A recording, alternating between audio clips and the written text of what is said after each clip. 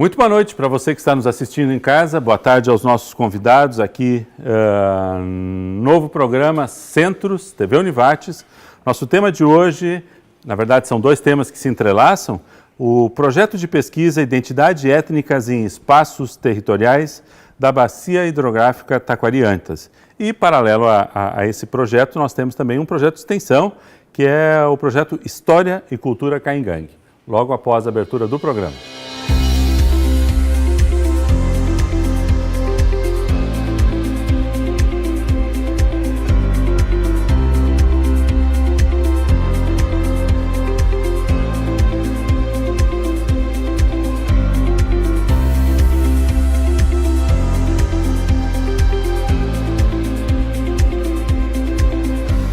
Muito bem-vindos. Começando então mais um programa Centros aqui na sua TV Univates. Nosso tema de hoje então, projeto de pesquisa Identidade Étnicas em Espaços Territoriais da Bacia Hidrográfica Taquariantas e também o projeto de extensão História e Cultura Caingangue. Conosco para desenvolver esse tema temos o professor Luiz Fernando Larocchi, que é coordenador do projeto, também a Fabiane Prestes, que tem formação na área do Direito, né, graduação e mestrado, e atualmente é doutoranda no programa de pós-graduação em Ambiente e Desenvolvimento aqui da Univates, e o Ernesto Pereira Bastos Neto, que é graduando em História e bolsista de extensão da Univates. Muito obrigado pela presença, é um prazer tê-los aqui. Professor Larocchi, vamos trazer um pouquinho assim desse cenário.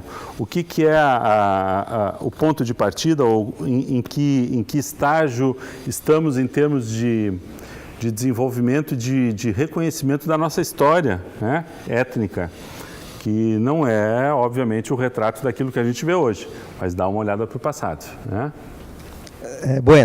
Inicialmente eu agradeço o programa Centros. Realmente, assim, nós temos que, quando nós olhamos para o Vale do Taquari, nós temos que nos ater que este espaço, ele é uma construção social, tanto do ponto de vista geográfico, como do ponto de vista social, que é o resultado de muitas migrações internas, né, e que vieram também da Europa, que vão constituir o que nós vamos chamar, então, Vale do Taquari. Nós não podemos deixar de retroceder a toda essa nossa ancestralidade indígena, que é muito forte aqui nesse espaço.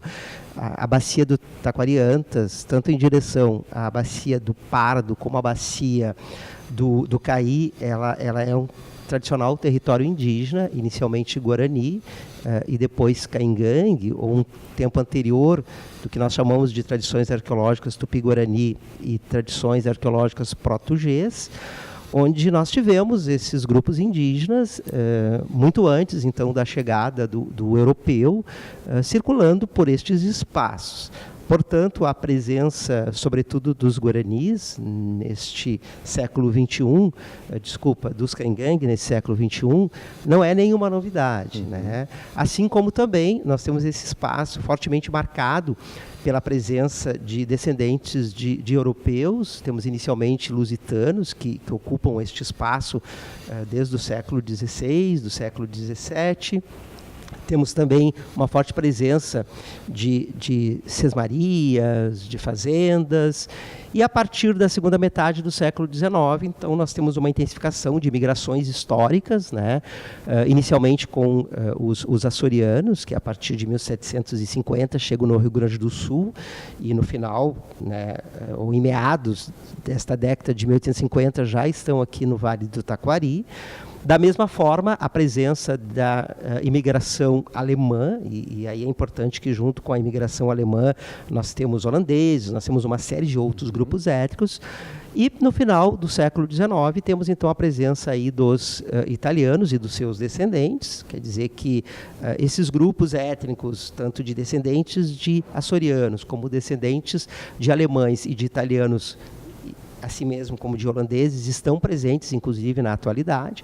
E mais recentemente, sobretudo no século XXI, nós temos aí a presença dos haitianos e dos senegaleses. Portanto, o Vale do Taquari, ele é um forte mosaico étnico e, portanto, de migrações históricas, de migrações recentes, onde várias questões postas no momento contemporâneo, que envolve migrações, também, numa situação talvez micro, se fazem presente aqui nesta região que nós chamamos, então, do Vale do Taquari. Portanto, as nossas intenções de investigações, de pesquisa e também as ações extensionistas, elas circulam por essas temáticas, por estas questões. Certo.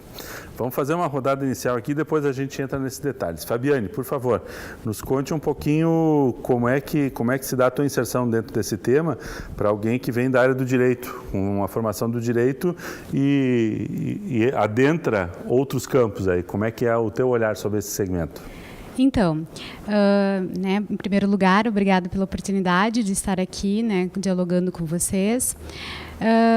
Eu cheguei até a Univates, então, para desenvolver o doutorado, e fui, então, convidada pelo professor Larocque a esse desafio, de trabalhar com populações indígenas, eu já vinha de uma área do direito com enfoque dos direitos humanos, então eu já trabalhava a questão de direito e também a questão das novas constituições, que é o que eu venho intercalar e trazer na minha tese também. Então, chegando aqui, que eu não sou daqui do Vale do Taquari, chegando aqui, fui desafiada então pelo professor para trazer esse enfoque do direito com o povo caingangue, porque até então o projeto de extensão ele já tem uma longa caminhada, uma trajetória de mais de 10 anos na instituição, mas até então não haviam sido desenvolvidos trabalhos em nível de mestrado ou doutorado que abordassem a questão do direito. Certo. Em que pese a tua inserção na área de direitos humanos, tu também não havias trabalhado ainda com populações indígenas anteriormente. Com populações indígenas na prática, então, indo com essa inserção de campo, que o projeto oportuniza, não. Se trabalhava com questões teóricas, com bibliografias, certo, constituições, inclusive de outros países, como o Equador e a Bolívia, que são países com um grande número de indígenas e que trazem, então, concepções de saberes indígenas nas suas constituições. Mas com contato direto, a vivência em campo, em aldeia, foi a partir daqui, certo, do projeto. Tu és de onde? Santiago. Santiago, aqui no estado mesmo, mas... Sim. Perfeito. Muito bem. Ernesto, nos conte um pouquinho, tu és aluno do curso de História e como é que é a tua atuação dentro do projeto de extensão? Sim, eu sou aluno do curso de História, também agradecer o convite para participar.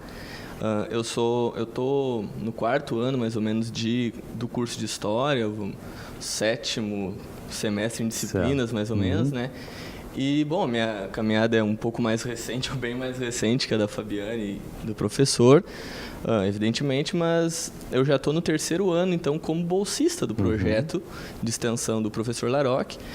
Mesmo antes de ser aluno do professor, de disciplinas do professor, que ele ministra na graduação em História, já me chamava a atenção assim, a temática, principalmente tendo em vista que entrar no curso de História e se dar conta que começa a se falar em populações indígenas aqui no Vale do Taquari, tu começa a te questionar, bom, mas então, para além daquilo que tem na escola, para além daquele...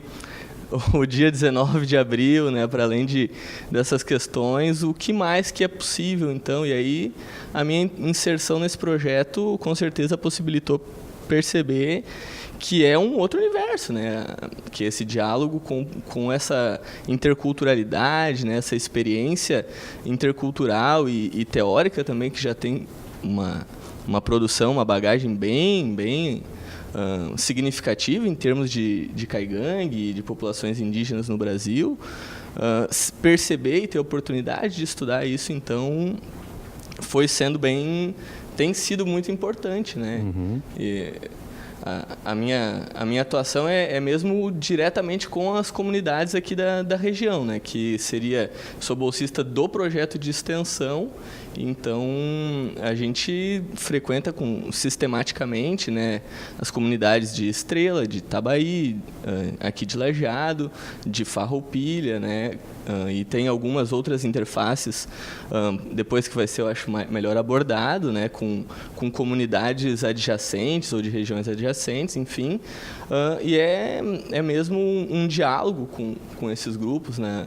Vamos dizer, tentando chegar nessa proposta da extensão, de aprender junto com eles e de levar alunos da Univates para estar vivenciando essas dinâmicas completamente diferentes, né? Ou saberes étnicos, né? Etnossaberes, etnoconhecimentos, que muitas vezes, ou até pouco tempo, não estavam dentro da universidade, né? A gente tem tentado entender isso e tentado fazer com que isso seja divulgado, né? Claro. Me insiro nisso. Professor Laroque, por favor, nos dê um pouquinho de uma luz aí. Como é que anda essa questão da valorização dessa etnia e da própria história do Brasil como um todo no país, não só Vale do Taquari? Nós vivemos um momento um pouco conturbado, né? Em termos de demarcações de terras, valorização, olhar para esse povo com um certo, não um preconceito, mas não um distanciamento, mas integrá-los na nossa matriz sociológica, né? Como é que a gente pode dizer que hoje a gente está vivendo esse tema no Brasil? Bom, a questão indígena na história do Brasil, desde o período colonial, durante o Império e depois com o advento da República, ela sempre foi uma questão bastante complexa, do ponto de vista tanto sociocultural como do ponto de vista legal, sobretudo envolvendo a questão da terra, né? Envolvendo a questão da diversidade cultural mesmo, que é uma característica, então, do nosso país. Um divisor de águas bastante ilustrativo nesse sentido é a Constituição de 1988, a Constituição Cidadã, que é a partir dali que, de fato, nós temos artigos que vão estar falando sobre os direitos indígenas, né? O direito de cidadãos, né? E onde a questão da terra toma uma outra proporção no sentido de demarcações, né? Então, de 88 para cá, nós tivemos vários embates, tivemos várias PECs, né?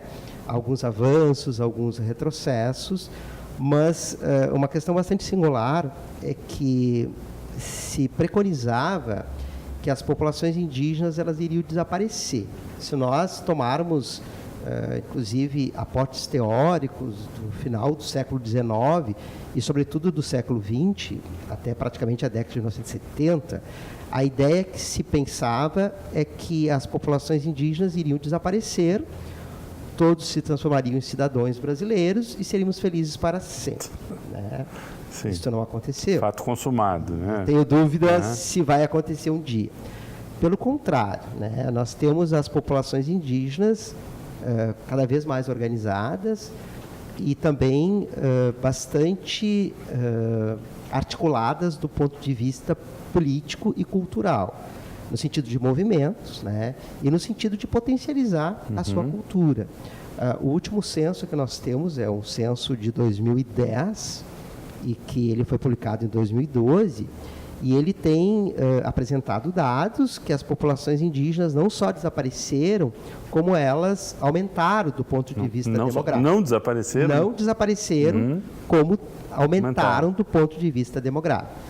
E nós temos aquela ideia, aquele estereótipo da teoria do bom selvagem, das populações indígenas na floresta, em sintonia com a natureza, enfim, é algo que cada vez mais vai minimizando.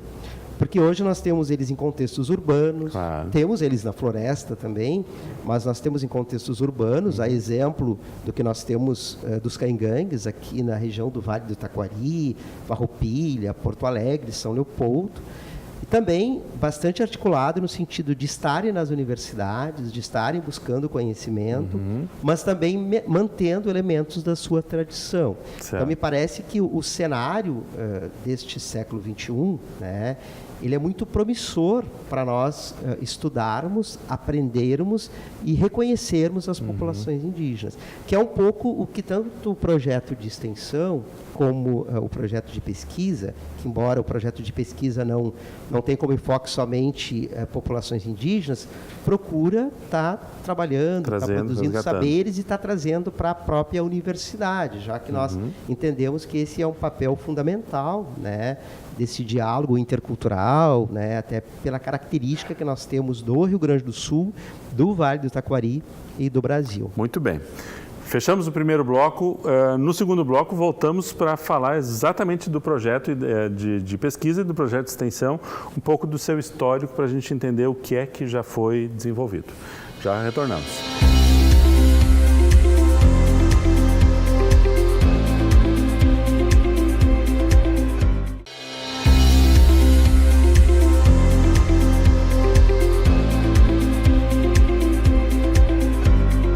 Retornando então para o nosso programa Centros de hoje, segundo bloco, estamos falando sobre projeto de pesquisa, identidade étnicas em espaços territoriais da Bacia Hidrográfica Taquariantas e, em paralelo, o projeto de extensão História e Cultura Caingangue. Conosco aqui o professor Luiz Fernando Larocque, coordenador do projeto, também a Fabiane da Silva Prestes, que é doutoranda no programa de pós-graduação em Ambiente e Desenvolvimento aqui da Univates, e o Ernesto Pereira Bastos Neto, que é graduando em História e bolsista de extensão. Professor Larocque, então vamos começar pelo projeto de pesquisa. Nos conte um pouquinho assim do histórico, de onde ele vem, quais são as suas bases, qual é a sua linha de atuação dentro do projeto de pesquisa hoje, o que ele já levantou?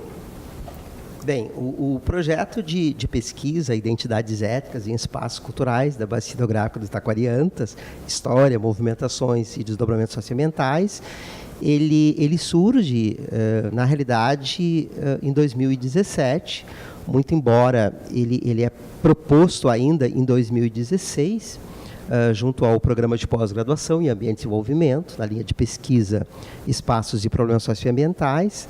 Ele surge, na realidade, de uma trajetória que eu tenho aqui na Univates, junto ao Programa de Pós-Graduação, desde o ano de 2010, quando eu atuava junto com a professora Nelly Machado, num outro projeto que é Arqueologia, História Ambiental e Etnohistória no Rio Grande do Sul, onde eu atuava basicamente com os indígenas guaranis do século XVII e os indígenas caingangues do século XVIII e XIX. Um outro projeto também vinculado ao PPGAD, que é Desenvolvimento Econômico e Sociocultural, que a professora Julia Bardi, na época, era coordenadora, que trabalhava, sobretudo, então, com os grupos étnicos dos açorianos, alemães, italianos e os seus descendentes. Portanto, em 2017, ou mais precisamente em 2016, nós fizemos um redimensionamento das pesquisas do programa, e onde surgiu, então, essa proposta de se trabalhar com as identidades étnicas, aí não só dos indígenas e dos açorianos, os alemães, os italianos e os descendentes, mas também com os haitianos e os senegaleses. Certo. Então, neste momento, nós tivemos a aproximação da professora Margarita Merria, que é uma antropóloga, a professora Nelly permaneceu no grupo de pesquisa, e também somou-se a nós a professora Fernanda Brode, que é do curso de Direito, e também o professor Tiago Weichmann, que é da História.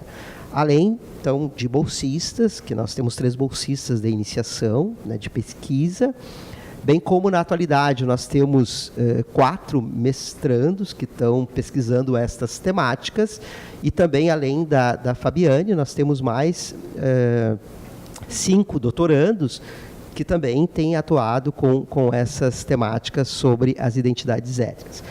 Grosso modo, o objetivo do projeto de pesquisa, então, é analisar as ocupações e dinâmicas de movimentações de identidades de indígenas, de europeus e descendentes, americanas, africanas, em territórios localizados da bacia do Taquariantas e adjacências, então mostrando também esta abrangência não só no que nós vamos chamar de Vale do Taquari ou bacia do Taquariantas, no decorrer então do processo histórico. E aí nós temos mestrandos e bolsistas e doutorandos que têm pesquisado a questão dos guaranis no século XVII, numa época em que esse território ainda pertencia à Espanha, pelo Tratado de Tordesilhas, onde tivemos a Companhia de Jesus, enfim, temos um trabalho que está pesquisando um pouco sobre essa perspectiva. Também temos um outro trabalho que desenvolve pesquisas sobre as sesmarias e fazendas nesse espaço. Então, isto de meados do século XVIII até meados do século XIX. E aí depois temos pesquisas que têm trabalhado com a imigração, né? Tanto a imigração de alemães e de holandeses, né? Que também é uma característica interessante da gente investigar, já que no rol da imigração alemã nem todos eram provenientes da Alemanha, até porque a Alemanha nem existia enquanto Estado nacional. Também temos trabalhos sobre os imigrantes italianos, inclusive eu tenho uma tese que está sendo produzida, que está sendo feito um comparativo da região norte do Vale do Taquari, né, com o norte da Itália, de Vêneto e Lombardia. Então a doutoranda está indo para lá agora até o final do ano, justamente para investigar, já esteve uma vez, saberes um pouco nesse sentido. E depois temos as teses que estão sendo desenvolvidas sobre a questão indígena, mais precisamente, né, e dissertações. E temos uma dissertação que trabalha com os senegaleses, aqui até uma estudante no PPG-AD da área do direito também. E depois temos mais duas teses que estão sendo desenvolvidas sobre os haitianos, né? E assim como a Fabiane, que eu vou deixar que ela fale um pouco da pesquisa que ela desenvolve, nós temos mais 2 trabalhos também de teses que estão abordando questão indígena e questão de pescadores. Então são desafios, né? Porque nós basicamente, além de trabalhar com a memória, sobretudo dos grupos remanescentes, tanto de descendentes de imigrantes como de indígenas, nós também temos ido para arquivos, né, para o Ministério Público. Então a gente tem juntado um pouco a fonte documental e a memória destas identidades. Isso que eu quero saber mais detalhes. Vale do Taquari. Acho que essa é uma curiosidade que as pessoas têm. De onde é que saem as informações? Qual é o locus? Qual é o campo? É bibliográfico? É documental? É pesquisa? É conversa? Acho que é importante a gente saber um pouquinho ainda de onde é que se tira tudo isso. Mas eu queria ouvir a Fabiane agora, um pouquinho da tua tese, Fabiane. Qual é a tua linha? Qual é o teu foco também? Qual é o teu ambiente de pesquisa? Sim. Bom, então, como, né, eu já tinha comentado, eu venho a me inserir nesse projeto que já estava em andamento, né? E a minha tese, ela vai trazer as aproximações entre o modo de ser do Caingangue, aqui para onde nós circulamos, né, onde o projeto tem a área de abrangência, com os princípios que nortearam a teoria do Buen Vivir, que é uma teoria desenvolvida então pelas novas constituições, trazida, né, positivada pelas novas constituições do Equador e da Bolívia, mas que ela é baseada em saberes ancestrais, né, de povos indígenas. Então, na minha tese eu trago desde da América espanhola e América portuguesa, né, como viviam esses povos antes do processo de colonização, para até chegar, então, né, toda essa trajetória de afirmação de direitos, que é consolidada no Brasil a partir de 88, somente em 88, né, para fazer, então, chegar aqui, então, no território que eu estou analisando, né, que é da abrangência do projeto. Então, o projeto se desenvolve no Vale do Taquari, mas a minha pesquisa ela é ampliada, então, como o Ernesto tinha falado, que tem algumas adjacências do projeto. Então, eu, além de trabalhar a terra indígena Foxá em Lajeado, a terra indígena Yamatintó em Estrela, Canela, Apobã, em Itabaí. Eu também trabalho a terra indígena Pandói, em Farroupilha, e a Porfigá, em São Leopoldo. Então, como que se desenvolve, né, essas pesquisas, esse trabalho? Nós começamos né, com uma pesquisa bibliográfica, a partir, então, porque se precisa ter uma base teórica para se chegar né, no contato com esses indígenas.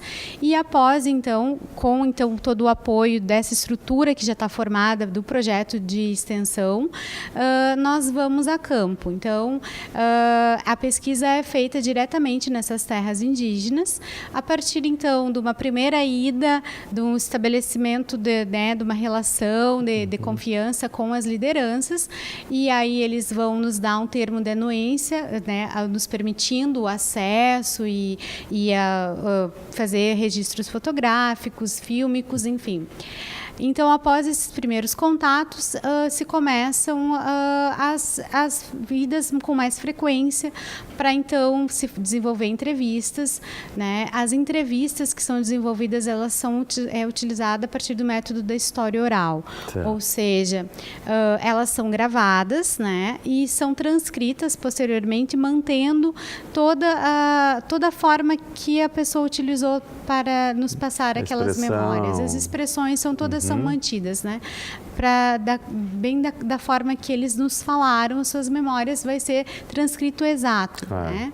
Então, é a partir desses materiais, então, metodológicos que se desenvolve o trabalho. Professor Larocque, usando a sua expressão lá do primeiro bloco, quer dizer, é um grande mosaico de etnias, né? São muitas etnias, algumas mais recentes, outras mais antigas. Aí volto para a pergunta que eu queria lhe comentei antes. De onde é que tiramos fonte de pesquisa, além de relatos, sobre as etnias mais antigas? Existe biblioteca, existe documentação, existe relatos já transcritos? Como é que a gente pesquisa o ambiente indígena do Vale do Taquari hoje, século XXI? Bom, eu até ampliaria um pouco, Sandro, talvez não só da questão indígena, mas da questão mesmo da colonização. Claro, claro. Tratando-se dos Guaranis, né? Então, basicamente, nós trabalhamos com documentos, os Guaranis do século XVII. Nós trabalhamos com documentos da Companhia de Jesus, né? São o que nós chamamos de cartas ânuas. Os padres, eles escreviam para Roma anualmente correspondências relatando pormenores, né, de vivências que eles teriam com as missões com os Guaranis.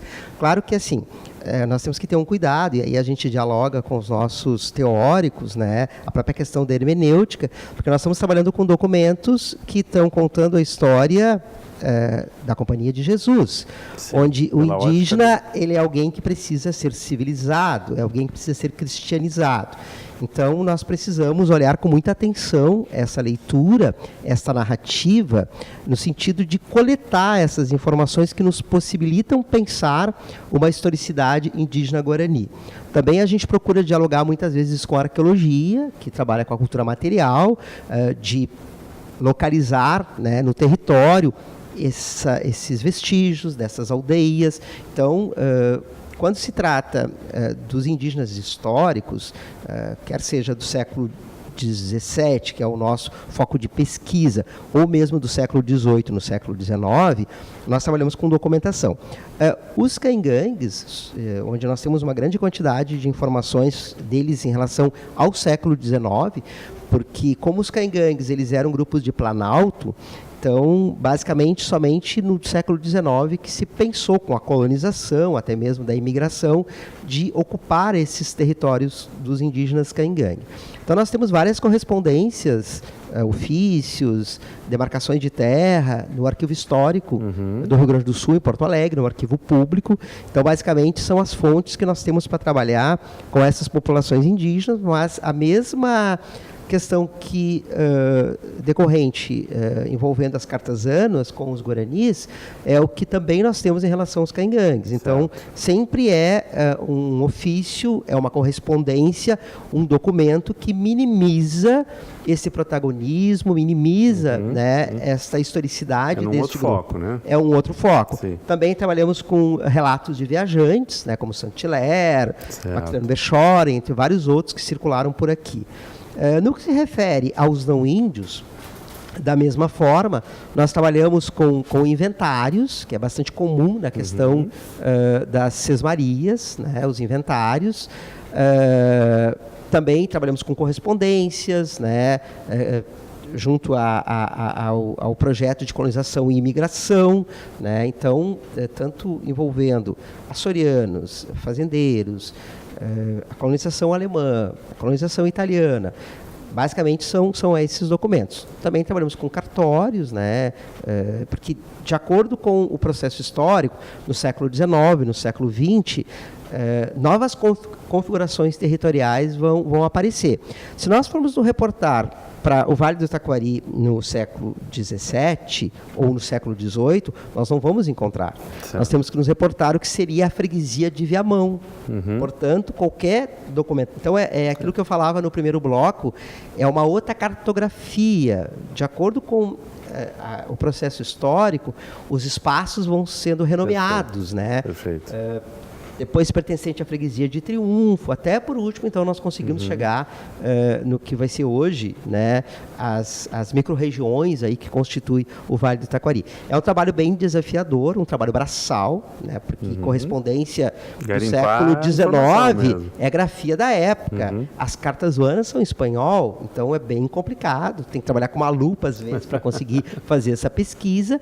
E no período mais recente, nós temos trabalhado bastante nos ministérios públicos, o Ministério Público Federal, né, que envolve bastante essa questão das áreas indígenas em contextos urbanos, que é o nosso locus, então, de pesquisa, também junto a material nas secretarias de educação, né, então de uma forma mais geral, assim, por onde a gente tem trabalhado com essas fontes documentais, né, e a fonte oral, nós temos toda uma metodologia própria, né, que eu acho que, como a Fabiane já mencionou, tanto envolvendo entrevistas como diários de campo, de etnografia. Então, na realidade, a gente tem que dialogar um pouco com essas fontes documentais e com essas fontes orais e trazendo, sobretudo, os teóricos, que é o que diferencia, o que nos possibilita nós pensar hipóteses, nós pensar teses, né?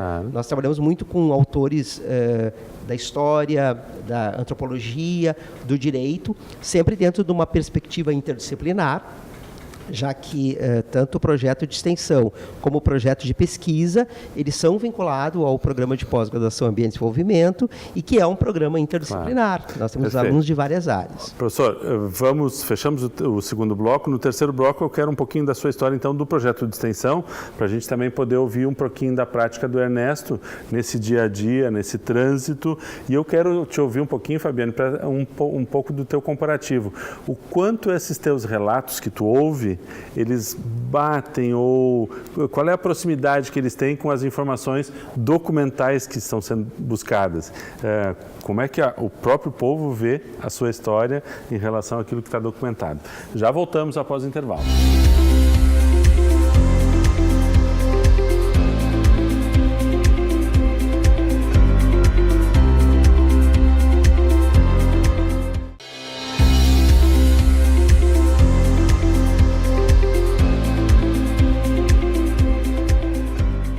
Terceiro bloco do nosso programa Centros de hoje, estamos falando sobre o projeto de pesquisa e identidade étnicas em espaços territoriais da Bacia Hidrográfica Taquari-Antas, que o professor Laroque acabou de nos relatar, e também agora vamos pegar um pouquinho de um gancho aí do projeto de extensão História e Cultura Caingangue. Professor, qual é o histórico deste projeto? Bom, desculpa, o histórico do projeto de extensão, ele é bem anterior ao projeto de pesquisa. Ele é um projeto que inicia no ano de 2009, portanto estamos comemorando aí uma década nesse ano de 2018. Esse projeto ele surge no sentido de pensar um pouco essas comunidades indígenas que fazem parte, né, do que nós conhecemos como região do Vale do Taquari. Lá em 2009, nós tínhamos apenas duas comunidades, a comunidade Foxá, localizada aqui no município de Lajeado, e a comunidade Yamatintói, né, no município de Estrela. Em decorrência, então, das medidas compensatórias, devido à duplicação da 386, uma das comunidades, que é a comunidade de Lajeado, a Foxá, acabou recebendo uma parte de terra em Tabaí, E em 2013, então, ela surge como tal, e no decorrer dos acontecimentos elas acabam se dividindo, né? A aldeia Foxá da aldeia Pobã. Então, motivo pelo qual que a gente tem, então, hoje 3 comunidades indígenas aqui do Vale do Taquari. E o nosso foco na extensão, ele é trabalhar diretamente com ações nas comunidades caingangue, né? Então, nós temos as 3 aqui do Vale do Taquari, depois a gente ampliou, porque os caingangues têm toda uma relação com este grande território. Então, se no passado, no século XIX, esse era um grande território de Planalto, onde eles faziam as suas moradas, as suas incursões, né, a sua coleta na mata, com o processo de colonização, eles acabam sendo forçados a se estabelecer no norte do estado, na bacia do Rio Uruguai, mas eles nunca deixaram de ir e vir por este território, né, não só do Vale do Taquari, como dos Sinos e do Lago Guaíba. Então, o que a gente percebe? Assim, nós percebemos que, sobretudo a partir de meados do século XX, há uma intensificação desses grupos para as áreas onde hoje temos cidades, temos BRs, temos universidades, que é o que, do ponto de vista teórico, nós chamamos aldeias indígenas em contextos urbanos. Portanto, há uma rede de parentesco e também uma concepção do grande território que, independente deles estarem em Lajeado, Estrela, Tabaí ou Farroupilha, eles entendem isso como um grande território. Então, é a partir daí, acho que como muito bem a Fabiane colocou, que nós também passamos a estabelecer interlocuções com esses grupos em Farroupilha, em São Leopoldo, em Porto Alegre. Então, na realidade, assim, a gente tem circulado por essas comunidades, muito embora o nosso foco do projeto de extensão sejam as comunidades do Taquariantas, né? E também a gente procura usar o termo das bacias hidrográficas por ser uma nominação que os indígenas estabelecem e não nominação, né, geopolítica que nós temos de municípios, de estado. E também nós temos um foco com as escolas. A gente tem levado para escolas de educação básica um pouco essa questão, da mesma forma que para a Univates, né, para disciplinas de temas contemporâneos. A gente tem uma legislação do MEC aí que torna obrigatório se tratar essas questões étnico-raciais, né, e, portanto, é um pouco esta abrangência que nós temos, né? É bem comum, todas as comunidades indígenas já vieram aqui na Univates, visitam o setor de arqueologia, o laboratório de história, as nossas salas de pesquisa, têm conversado com os nossos grupos de pesquisadores, nas próprias disciplinas, com alunos interessados. Então, de uma forma mais geral, assim, eu acho que seria essa uma contextualização, então, do projeto de extensão. Ernesto, por favor, nos conte um pouquinho como é que é a tua atuação, os teus afazeres como bolsista, o teu dia a dia dentro do projeto de extensão. Então, a nossa principal rotina, vamos dizer assim, apesar de que tem essa questão, né, que a extensão ou a vida acadêmica permite a gente não ter coisas tão estanques, mas sim a gente tem, né, então, essas rotinas diárias que passam principalmente por estar nas comunidades indígenas, né, por, como a Fabiane bem disse, né, a gente precisa manter um diálogo sincero com esses grupos, assim, né? Tu frequentas permanentemente as comunidades. Vamos dizer que, bom, eu não sou o único bolsista integral do projeto, né? A gente tem o Bruno, que é um graduando de História e que é meu colega, então, né? Então, somos 2 bolsistas e mais alguns voluntários, né? Dentre os quais o pessoal da pós-graduação, né? A Fabiane, enfim, o pessoal, a Jussiane, outros colegas, né? E sim, a gente tem uma sistematicidade nessas aldeias, nessas terras indígenas, principalmente também tendo em vista esse compromisso de, bom, é uma parceria que se estabelece, né, que o projeto que o professor então já conduz, como ele disse, há vários anos, que esses grupos não sintam uma entrada, por vezes, interessada invasiva. Ou invasiva. Essa seria a palavra mais adequada, eu acho.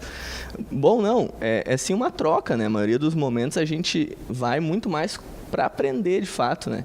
Eu acho que quando eu entrei, a primeira postura foi uns 3 meses de leitura, assim, né? Muita leitura para tentar entender um pouco, compreender essa história caingangue, enfim, que como eu tinha salientado, a gente sabe tão pouco, né? Quando sem uma oportunidade como essa, ou sem estar, enfim, no curso de História, ou mais precisamente, inserido num projeto de pesquisa e extensão, é possível que não se aprenda nada ao longo da vida a respeito de cultura indígena.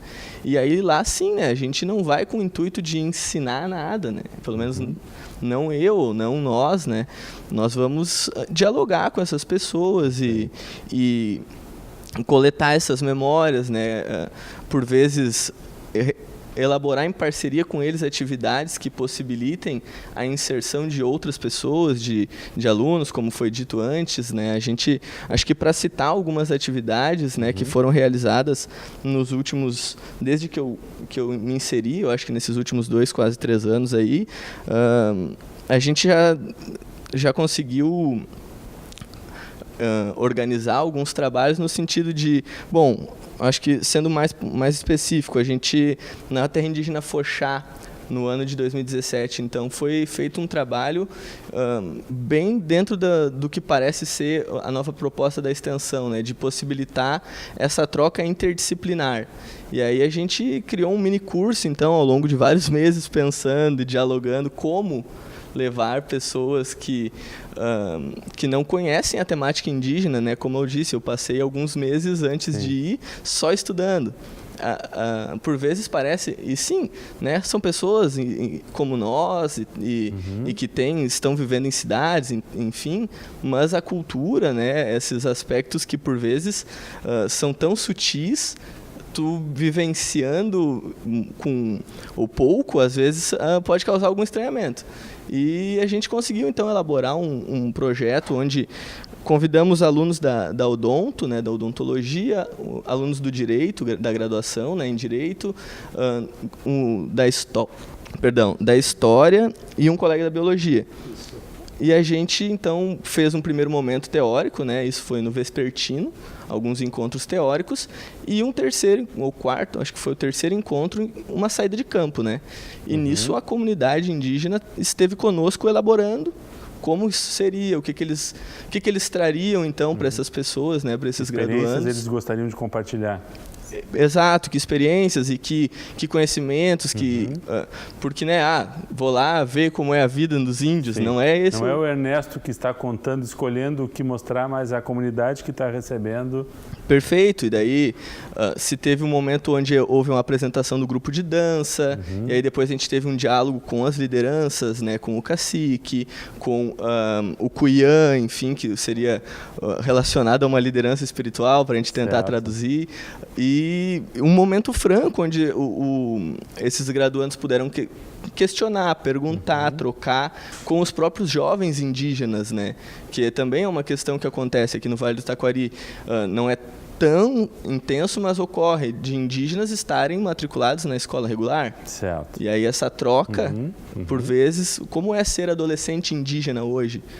Estar vivendo em Lajeado e numa comunidade indígena, né? Enfim, aí a gente, para além disso, na comunidade Foxá também, daí neste ano, agora, no mês de abril ainda, foi realizado a atividade cultural do Kikikói, que um ritual, uma cerimônia, enfim, é um evento total da cultura caingangue, né, onde a gente pôde estar participando com eles, né, ao lado deles. Eles organizaram todo esse evento tão importante para eles, para essa cultura, e talvez eu acho que depois possa ser melhor explorado ainda pela FAB, que esteve bem próximo com eles, enfim. E aí eles abriram para a comunidade geral, né, do Vale, houve participação de escolas, então eles organizaram atividades para mostrar a sua cultura, mostrar o grupo de dança, desmistificar muitas vezes essa ideia de o que é uma comunidade indígena, né?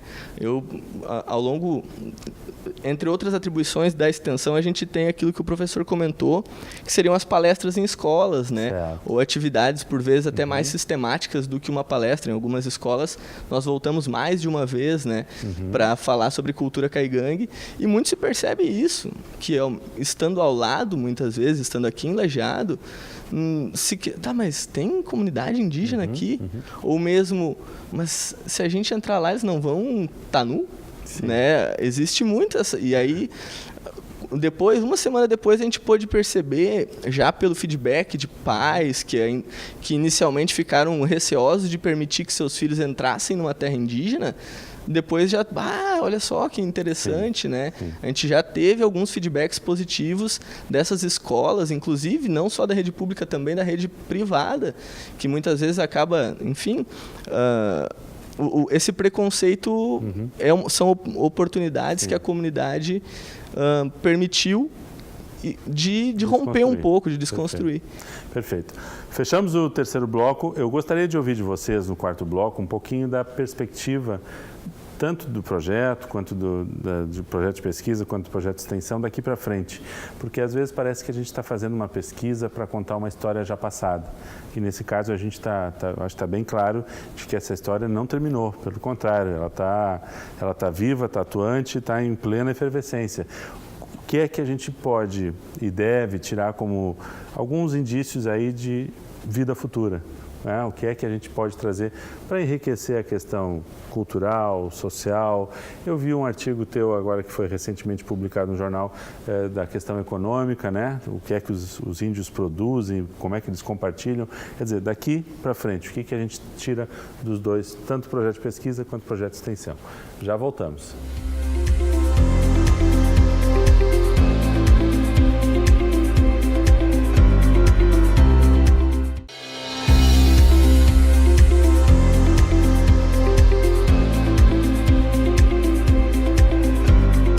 Quarto e último bloco do nosso programa Centros de hoje, estamos falando sobre projeto de pesquisa e identidade étnicas em espaços territoriais da Bacia Hidrográfica Taquariantas e também do projeto de extensão História e Cultura Caingangue. Proposta que eu trouxe no final do terceiro bloco, mas está livre, está completo, quer dizer, vocês podem aqui, estamos fechando o programa, mas é importante que vocês também tragam, assim, suas considerações, seu olhar. Mas um questionamento meu, quando a gente faz uma pesquisa dessas, com um aporte histórico, com um aporte cultural, social, que parece que a gente está olhando muito para trás, mas a gente não está olhando só para trás, né? A gente também está trazendo bases para a gente mudar ou adaptar, melhorar a nossa vida daqui para frente. Queria um pouquinho da tua fala sobre isso, Laroque. Bom, assim, Sandro, o que nós pensamos, né? Tanto o projeto de pesquisa como o projeto de extensão, eles têm como objetivo da gente pensar o momento presente, né? Então, não simplesmente pensar o passado pelo passado, e onde vários conhecimentos sobre a colonização aqui no Vale, relacionado tanto às populações indígenas como à colonização, ela nos possibilita rever posturas, rever questões, porque nós constatamos que o Vale é um grande mosaico étnico de diversas culturas, de diversas relações, né, que se estabelecem, relações sociais, relações interculturais. E as pesquisas, elas têm um pouco este objetivo de tentar conhecer, porque somente com o conhecimento que a gente consegue repensar posturas, né, repensar relações sociais e valorizar esse outro, né? E a gente sabe que as populações indígenas, elas são populações que têm um conhecimento muito importante, muito relevante para nós, sobretudo em relação à natureza, mas também do contrário, né, as nossas reciprocidades que nós podemos estar levando para elas. Então, me parece que tanto a pesquisa quanto a extensão, elas tangenciam essas questões. Hoje mesmo, a gente tem muito presente essa necessidade dos indígenas estarem vindo eles mesmos falarem nas universidades, na imprensa, imprensa. Inclusive, nós temos uma atividade proposta no decorrer aí do mês de maio em diante, de trazer caingangues que vão estar falando nas disciplinas de temas contemporâneos. Nós temos o Douglas, que é um mestrando da antropologia da URGS, que vai estar falando sobre ética e direitos indígenas, e juntamente com ele um outro caingangue também, que está finalizando o curso de Direito, e que da mesma forma está vindo aqui para a Univates para poder estar falando um pouco sobre éticas e direitos indígenas. Então pensamos que é importante trazer esses sujeitos também para eles mesmos fazerem os seus relatos, darem os seus testemunhas, porque como muito bem a Fabiane e o Ernesto colocaram, nós trabalhamos numa perspectiva descolonial, ou seja, nós nos colocamos do lado dessas sociedades caingangue, longe de ter uma visão colonialista, onde nós vamos estar dizendo o que eles precisam fazer. Eles não precisam disso, eles são sujeitos ativos. Várias vezes eles trancaram a 386 por conta própria, né, sem ok, aval de nenhuma universidade, de nenhuma do Estado, enfim, e não é nosso propósito de trabalhar nessa perspectiva colonialista, né, e sim o contrário. Também eu acho que é importante salientar sobre um evento que vai estar acontecendo agora no dia 28, 29 e 30 de maio, que é um evento sobre migrações e direitos humanos, né, um simpósio internacional, onde várias dessas questões que o projeto acabou de salientar, e tantas outras, né, a professora Margarita vai estar coordenando este evento. Então convidamos aí os telespectadores para poder também estar participando. A gente vai ter um GT 28, 29 e 30 de maio. Perfeito. Nós vamos ter um GT sobre sociedades tradicionais, onde vamos ter presente vários pesquisadores, e essas questões elas poderão ser tratadas também, né, numa dimensão mais acadêmica, mais teórica, enfim. Perfeito. Ernesto, por favor, eu queria te ouvir um pouquinho, eu li um artigo teu recentemente, foi publicado num jornal aqui da cidade, onde é que tu comentas essa questão de um certo,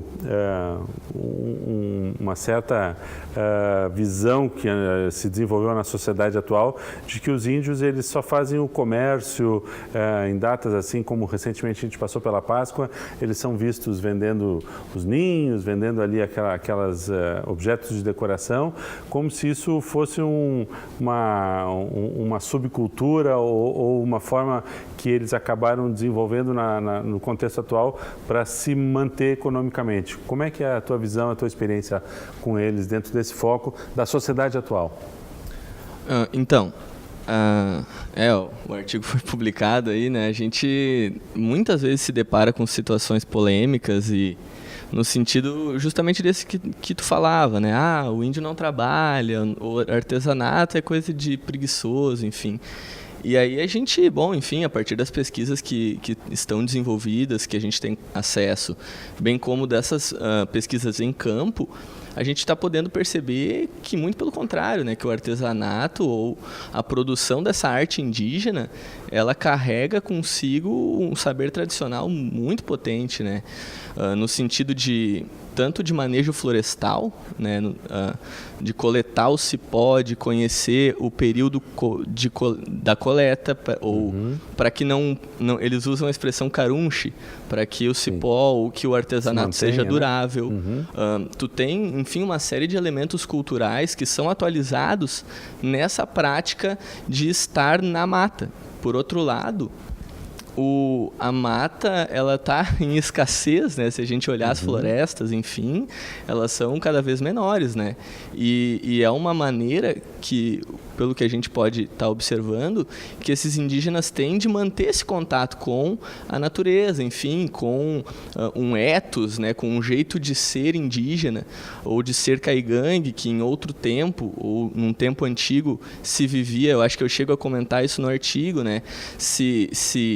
Bom, a gente teria uma geografia repleta da floresta de araucária, onde a coleta do pinhão era possível a ponto de subsidiar uma sociedade consolidada, uma sociedade bastante pujante, como foi e ainda é a sociedade caigangue, E aí o que acontece? Se passou então por uma atualização, né? Essa cultura que é dinâmica, pelo que a gente tem percebido, tanto na teoria quanto na prática, a cultura se atualiza, né? E o deixar de coletar o pinhão, que se deu muito por essa supressão vegetal bastante acelerada do nosso modo de ser, não fez com que o Caigangue abandonasse, então, o mato e passasse a viver, como se o professor falava de uma década de 70, em que se acreditava na culturação, coisa que caiu por terra, né? Quando se percebe que o Caigangue, ele quer sim viver do artesanato, ele quer poder e tem direito de estar fazendo isso, né?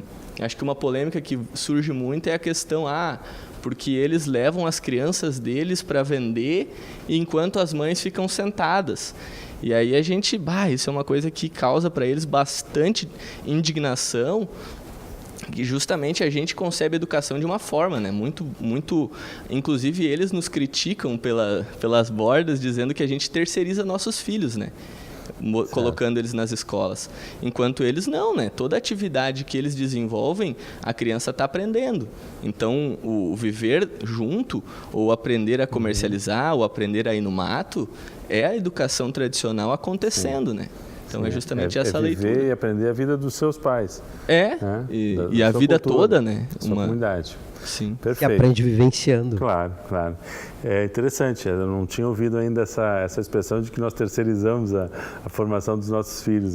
Tem lógica no processo. É algo que nos faz pensar, né? Tem que pensar. Fabiane, um pouquinho do teu olhar sobre o que é que vem a partir da tua participação, da tua tese daqui para frente. Bom, então, como a gente falava, nós estabelecemos, né, enquanto projeto, coordenados pelo professor Laroque e com esse número já expressivo de voluntários, né, bolsistas e voluntários, que nós hoje formamos, são 14, né, professor, envolvidos, nós conseguimos, então, estabelecer uma relação de reciprocidade, né, com essa comunidade e por aí vem, voltado para a questão Caigangue, então a minha tese vai ser a primeira, né, que vai ser concluída esse ano, e na sequência vai ter então outras teses das nossas colegas, a Jussiane e da Emily, que estão em processo, né, também de doutoramento, e se vê assim que em todas as pesquisas, nessa nossa trajetória na aldeia, que a gente se permite escrever por eles, né? Mas deixando sempre que os indígenas eles sejam os protagonistas da sua própria história, né? Certo. Então a gente traz o olhar deles, essas vivências, as memórias nos nossos trabalhos, mas de uma forma que eles se sintam, né, respeitados, valorizados. Então é esse o caminho que as pesquisas têm adotado, né, enquanto participação do projeto. E também, né, nessa caminhada, então, né, do projeto de extensão, se abriu, então, várias outras oportunidades, não só vinculadas diretamente à minha pesquisa, mas também por esse elo de reciprocidade que foi formado, como o Ernesto falou. Então, nós atuamos juntamente com a comunidade, principalmente aqui da Foxá, na elaboração da festividade, né? Desde das primeiras reuniões onde foram pensados os projetos, como que seriam, como iam ser elaborados convites e de toda a estrutura da festividade, onde nós auxiliamos com a parte técnica, mas eles sempre foram eles que pensaram a forma que iria ser realizado. Isso Perfeito, aí. Ótimo. Professor Laroque, acho que é importante a gente salientar aí que a TV está sempre à disposição, mas o projeto ele se desenvolve, tem vida longa ainda e momentos onde a gente dá visibilidade para esse conteúdo. Perfeito, Sandra. Assim, nós trabalhamos numa perspectiva de longa duração, até porque as relações que se estabelecem com as populações indígenas, elas devem ser pensadas a médio e a longo prazo, né? Então o projeto ele trabalha os projetos, né? Porque a gente percebe que a indissociabilidade entre ensino, pesquisa e extensão nos parece que a gente está procurando exercitar E no que se refere aos indígenas, né, sempre o que a gente tem produzido aqui na academia, sempre é uma relação de diálogo, de reciprocidade. Todos os trabalhos são entregues para eles, são convidados a participarem das nossas bancas, de assistir às defesas dos mestrandos, às defesas dos doutorandos. Nós temos já 4 dissertações que foram defendidas sobre as comunidades caingangues aqui da região. Temos mais uma que está sendo elaborada e temos, além da tese da Fabiane, mais 2 que também vão ser defendidas daqui a 2 anos. Então, nos parece que sim, né? Tanto na pesquisa como na extensão, pensar, né, daqui para frente, cada vez mais, eu acho que dialogar com eles e estreitar esses laços de saberes, né, formais e não formais, que estão dentro da academia, mas que também estão fora dela. Isso é uma questão que a gente tem discutido muito, de novos paradigmas, de novo tipo de universidade, de novo tipo de saberes, e nos parece que um pouco a gente está investindo, né, neste caminho. Penso ser importante deixar aqui alguns dos nossos contatos. Por favor. Né? Tratando do projeto de extensão, eu acabei não mencionando, porque além do grupo que faz parte da pesquisa, nós também temos a professora Maribel Girelli, que é uma historiadora que participa do projeto de extensão, a professora Nelly, que é arqueóloga, também atua junto ao projeto de extensão, o professor André Asper, que é da biologia, e mais o professor Rafael Eichert, que é da engenharia ambiental, né? E aí temos os bolsistas, né? O Ernesto e o Bruno, que ele já mencionou. E, assim, nós temos um e-mail, que é um e-mail para contato, é projetocaingangue@univates.br, e estamos abertos aí para todos que quiserem conversar, dialogar, tomar um chimarrão, né? Enfim, então agradecemos a oportunidade, Sandro, né, do programa Centros, e estamos sempre à disposição. Muito obrigado. Nós é que agradecemos a presença de vocês, as informações, e vamos estar acompanhando aí ao longo do desenvolvimento tanto do projeto de pesquisa quanto do projeto de extensão, para que a gente possa estar documentando tudo isso e também participando desse processo de diálogo. Agradecemos principalmente a você que nos acompanhou no programa de hoje. Voltaremos na próxima semana com um novo tema aqui, Programa Centros, TV Univates. Até lá!